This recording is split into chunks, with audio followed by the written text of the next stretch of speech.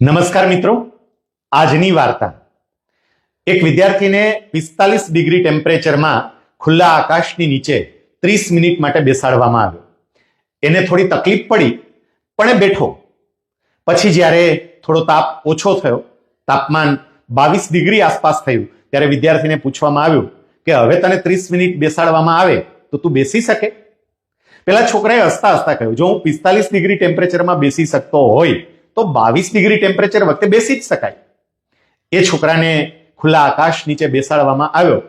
એક સૂક્ષ્મદર્શક કાચ લઈને એના હાથની ચામડી પર એક નાની એવી ટીલી પાડવામાં આવી અને 30 સેકન્ડમાં એને હાથ પાછો ખેંચી લીધો. જે વ્યક્તિ 45 ડિગ્રી ટેમ્પરેચર વખતે 30 મિનિટ સુધી બેસી શકી, એ જ વ્યક્તિ માત્ર 22 ડિગ્રી ટેમ્પરેચર વખતે 30 સેકન્ડમાં હાથ પાછો ખેંચી લે છે. કેમ? 45 ડિગ્રી ટેમ્પરેચર વખતે સોલાર એનર્જી બમણી હતી પણ વેર વિખેર હતી, અને 22 ડિગ્રી ટેમ્પરેચર વખતે સોલાર એનર્જી અડધી હતી પણ કેન્દ્રિત હતી. મિત્રો, યાદ રાખજો, તમારી ક્ષમતા કેટલી છે એના કરતા પણ તમે કેવા ફોકસ સાથે કામ કરો છો તે અગત્યનું છે.